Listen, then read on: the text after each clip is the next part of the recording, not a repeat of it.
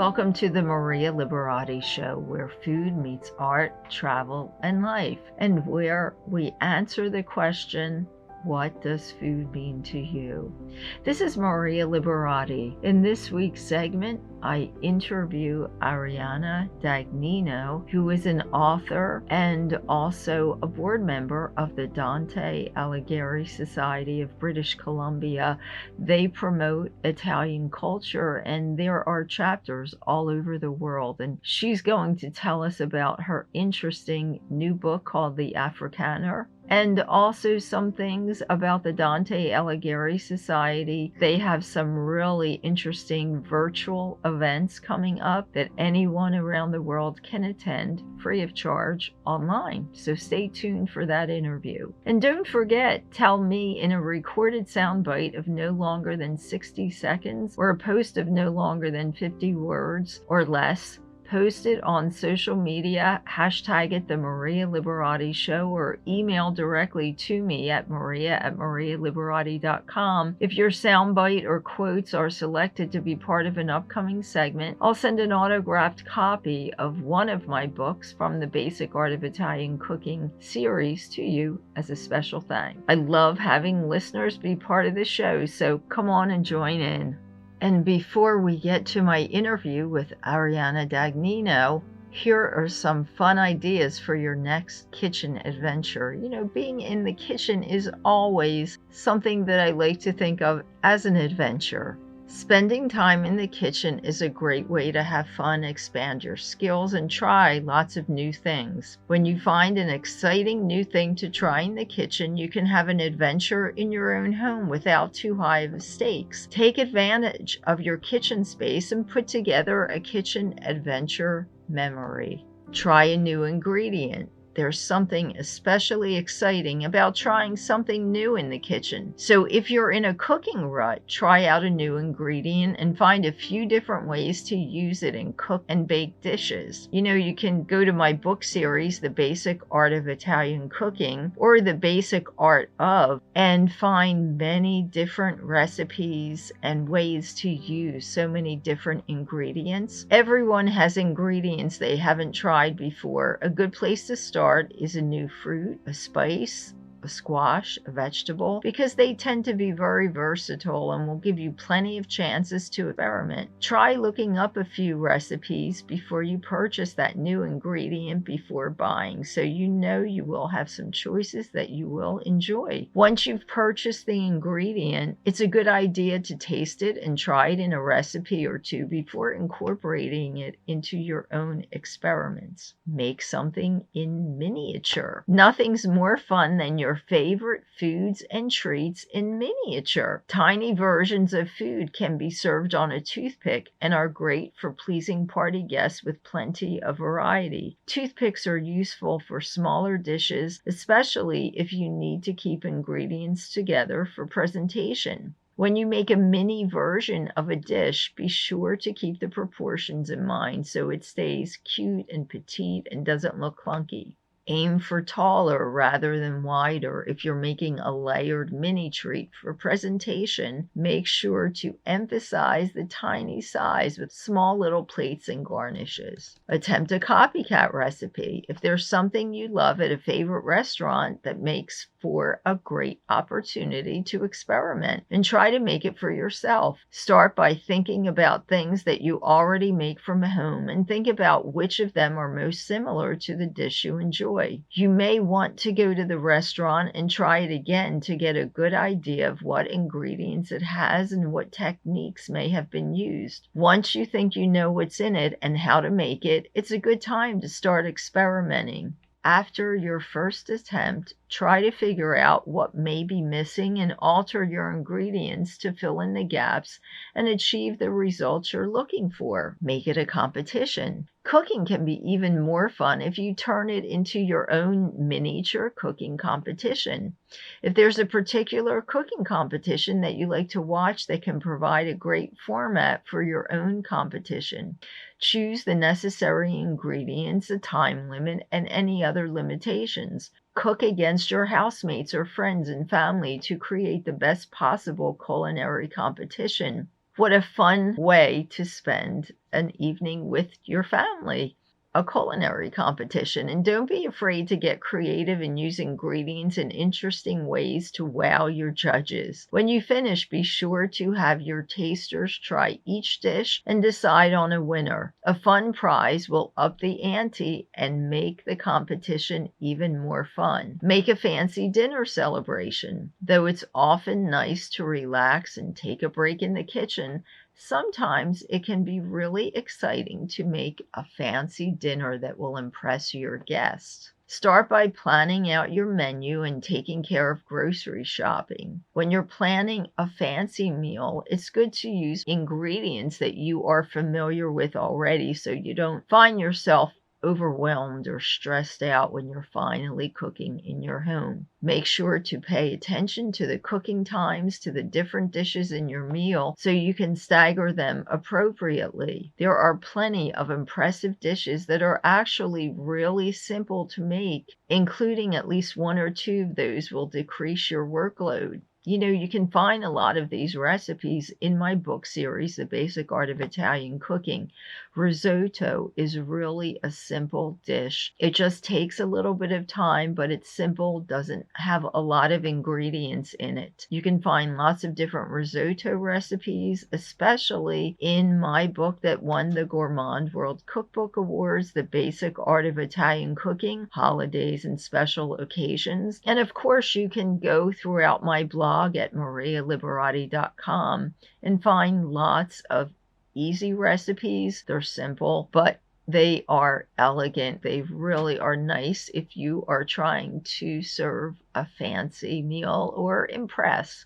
Start cooking early so you'll be able to finish in time and be able to impress your guests without having to cook the whole way through your dinner party. Cook along with a cooking show or virtual cooking class. If you're looking to gain skills and shake things up in the kitchen, it has never been easier. Simply take the time to cook along with your favorite chef through a cooking show or a virtual cooking class. Why, I have many virtual cooking classes coming up, and we've done some already. So I hope you'll join me, but also look online. It's so easy now to join in on a virtual cooking class. Some restaurants have started hosting online cooking classes where you can buy a kit through them directly before tuning in and cooking with them while they make the meal step by step. This can be an awesome way to get high quality instruction from professional chefs and expand your skills and palate. Choose a restaurant that you love and want to be able to cook like for the best possible results.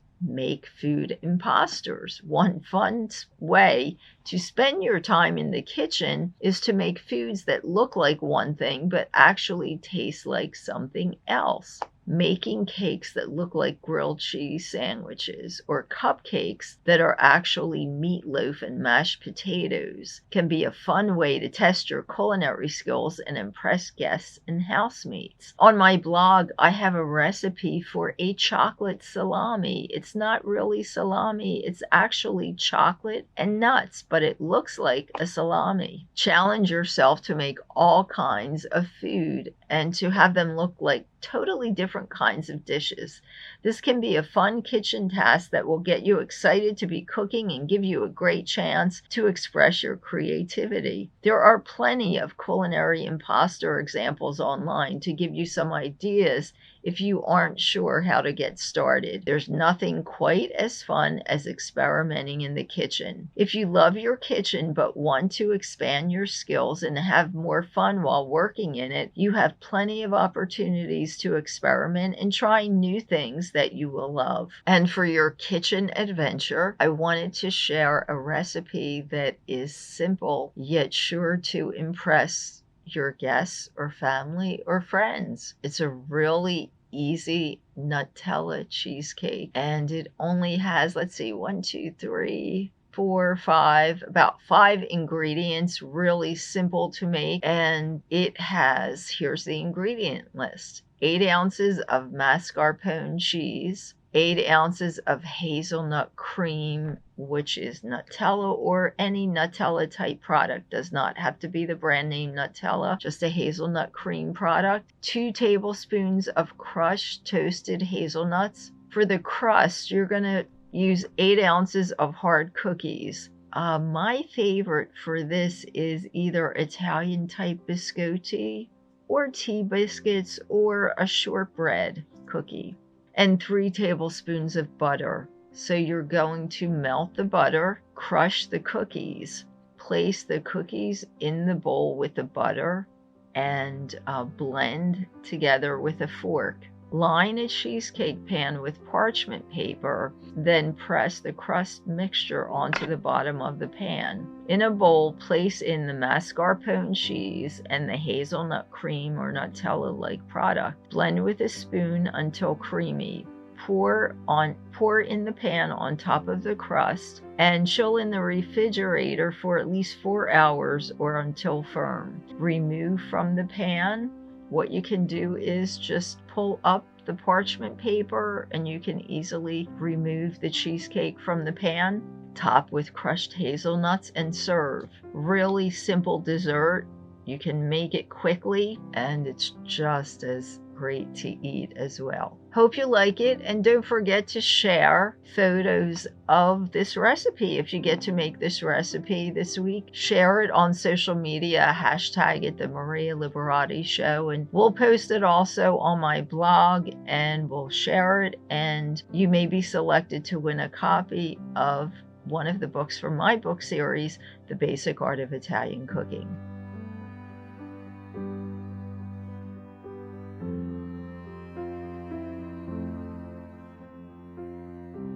I'm here with Arianna Dagnino. Arianna, did I pronounce your last name correct, Dagnino? Yes, perfect. Great.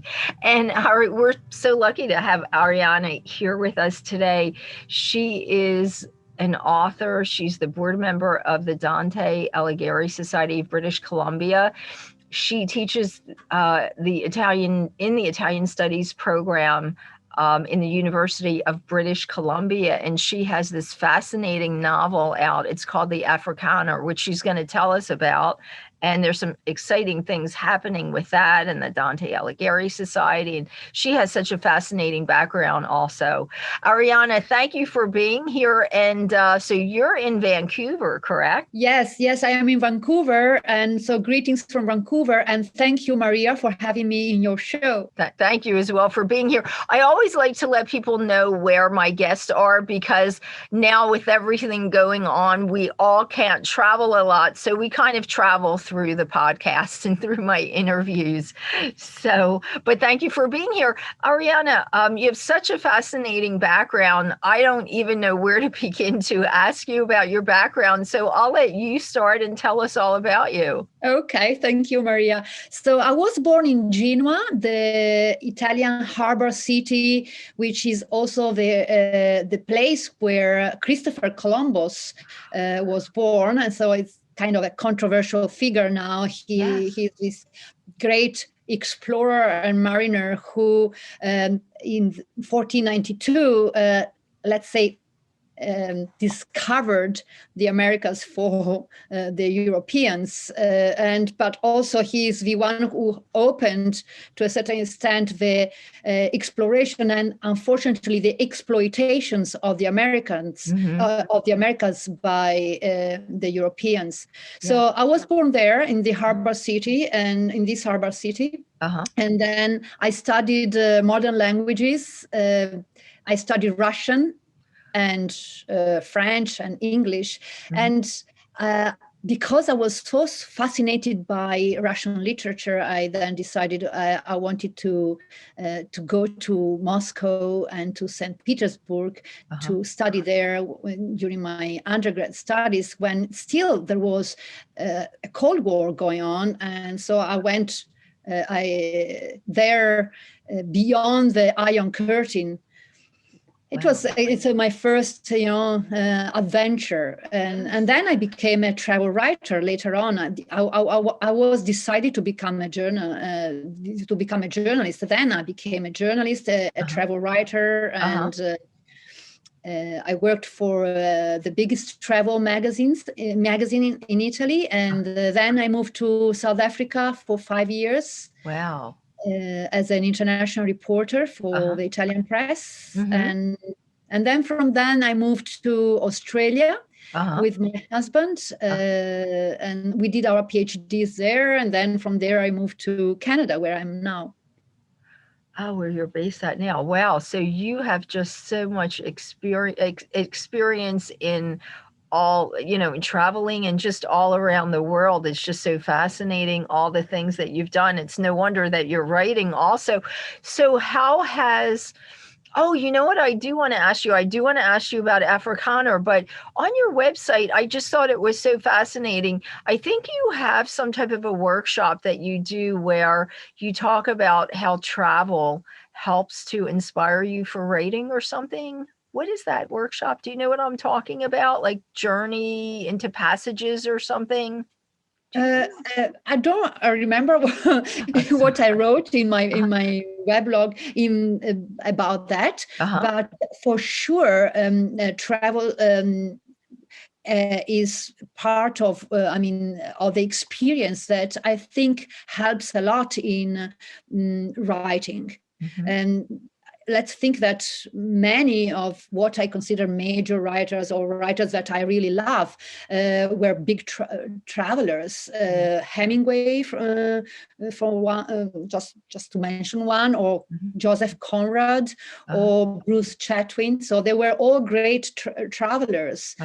And then they became great writers. So yes. I'm following their steps to a certain extent. Exactly. And I just felt, when I saw that, I felt so close to that, because I actually used to be traveling a lot until this all happened. And I was mainly back and forth to Italy and Europe. And actually that was my inspiration for writing. And that's how I actually really started writing my books and everything. It was just so inspiring being able to travel. So it really resonated with me when I saw that you mentioned something like that in your blog, and I just thought that was so true. So, tell us about the Afrikaner, your novel. It sounds like a fascinating novel. And where did you get the inspiration for that? Oh, thank you, Maria. So I was, as I was telling you, in South Africa for 5 years, working there as a reporter, and that's where I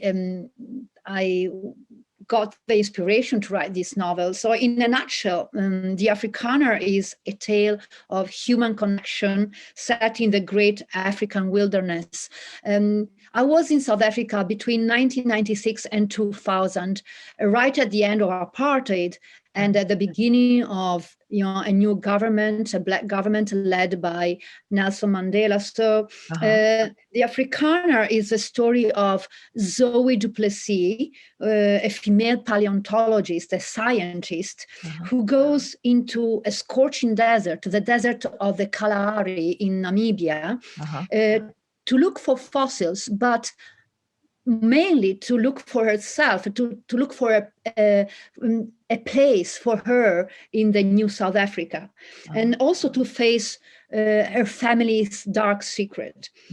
So in this kind of journey of atonement and also self-discovery, Zoe will have meaningful encounters and also eye-opening encounters with a travel writer, a San Bushman shaman, and a war veteran turned Rasta. So as you see, it's a kind of an adventure story. Yes.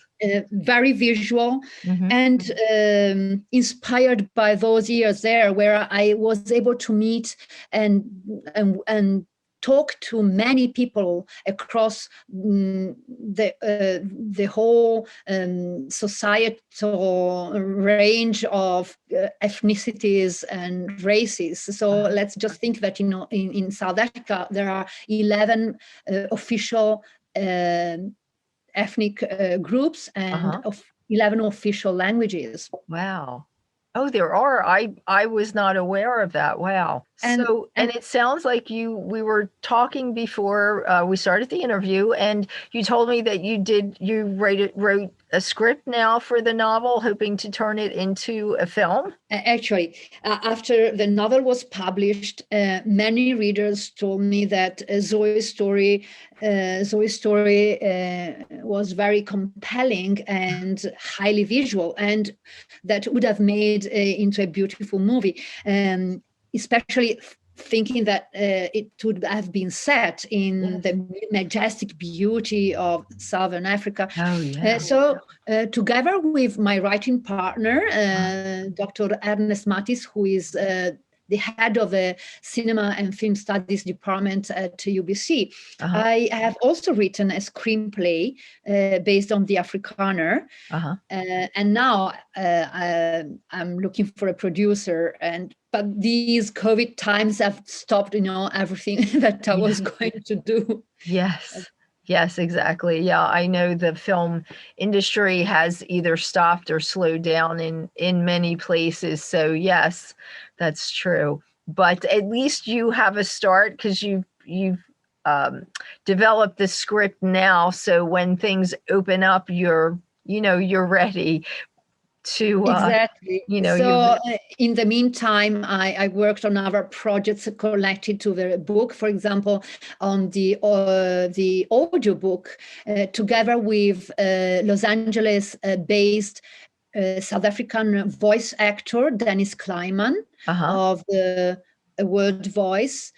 And so in the spring, the audiobook will be published. And I love Dennis's voice, because he has this beautiful South African accent, but also very beautiful British accent. So I'm really looking forward to this project. And also in the spring, the German translation of the book will come out for Palmart Press, which is a Berlin-based publisher, international publisher.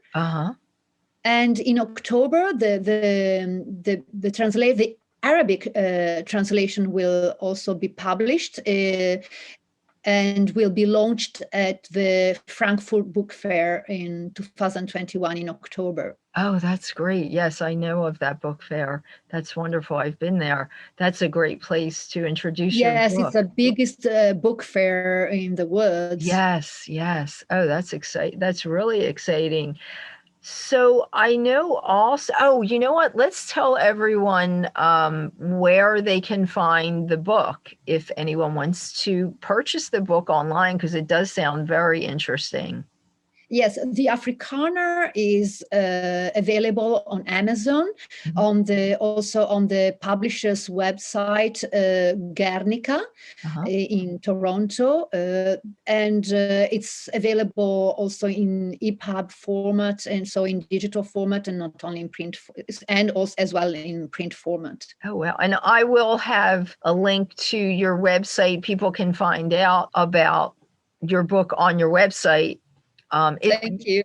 Yes, they can also find out on your website. Yes, there is also it's also available on my website if they want, which is www.ariannadagnino.com. So it's my name and surname. Yes.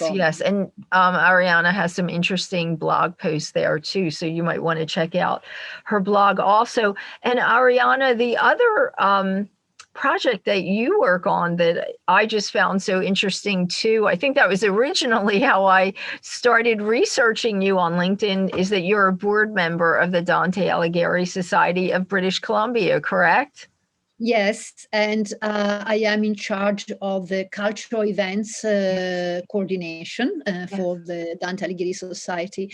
The society is one of the 480 chapters of the society, so whose headquarters are in Rome, and it's a non-profit organization whose mission is the promotion of Italian language and culture across the world. So here we are doing our bit in Vancouver, in British Columbia, and we have a school of Italian language, and we organize Italian language courses at all levels, from beginner to advanced, and also conversational Italian.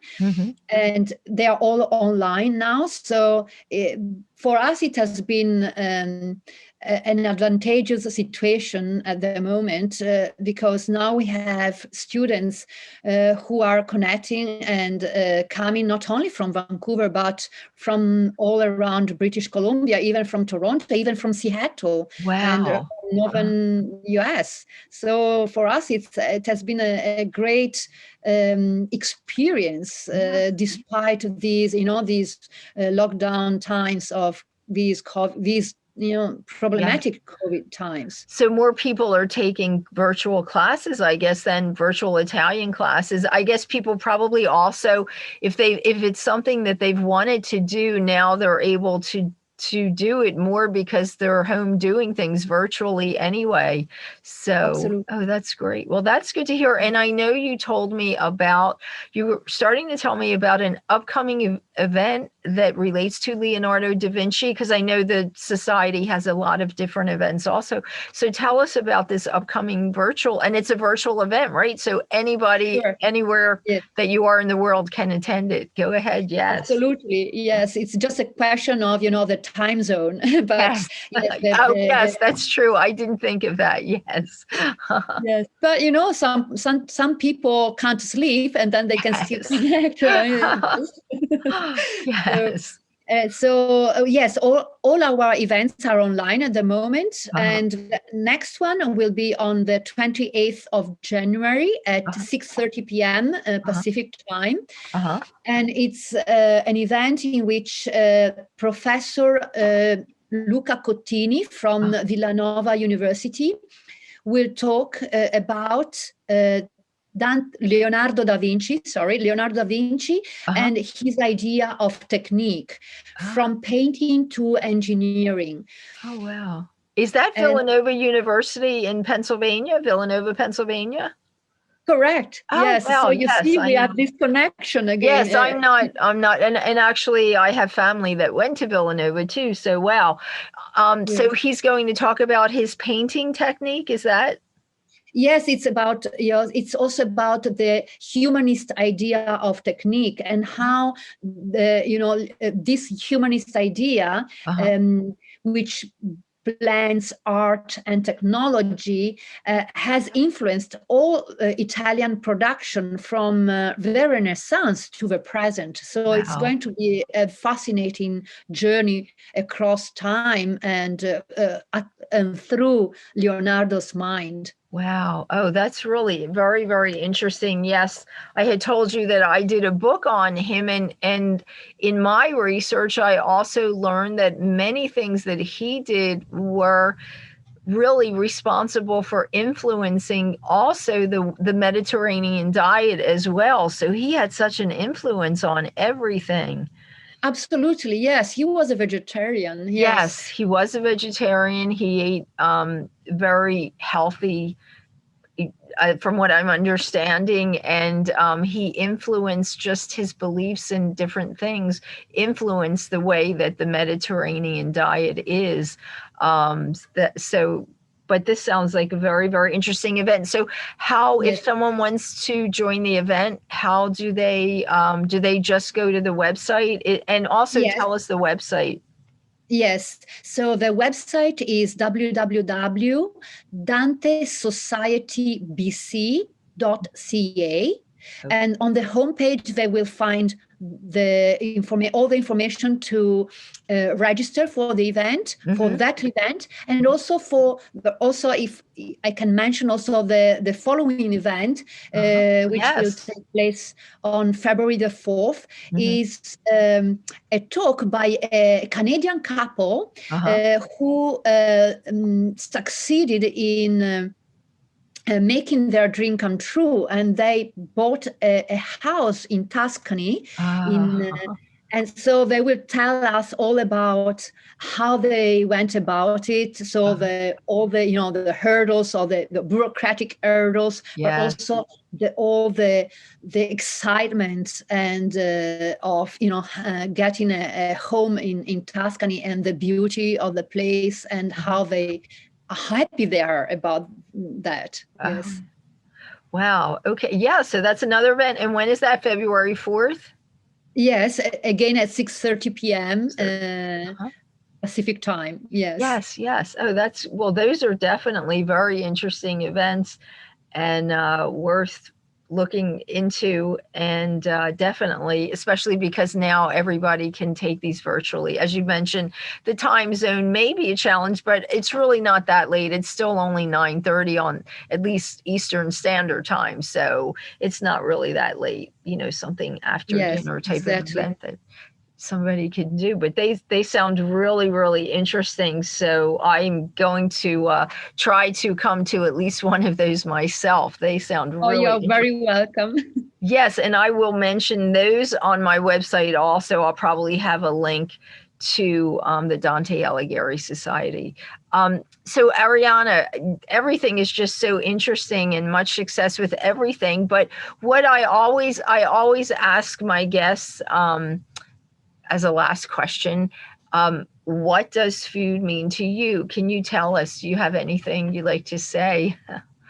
Oh, yes. I mean, food for any Italian is a major element of one's life's pleasures. So, food for me is connection to my hometown, to my family.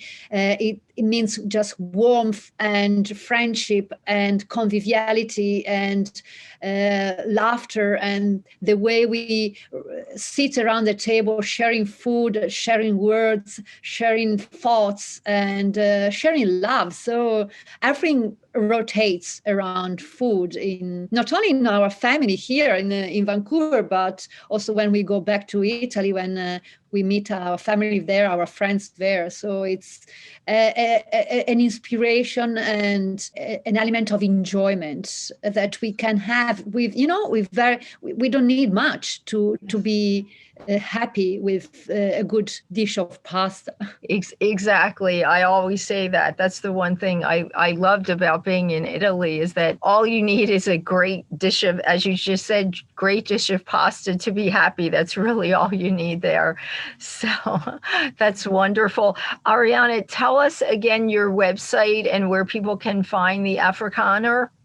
Yes, my website is www.ariannadagnino.com, and I will spell it out: ARIANNA Dagnino, DAGNINO.com. And the Afrikaner is available on Amazon in digital format and in print format. Great. That's great. Thank you so much, and good luck with that. And thanks so much for being with us. Thank you, Maria, for having me there, and good luck for everything to all your listeners in these troubled times of COVID. Thank you.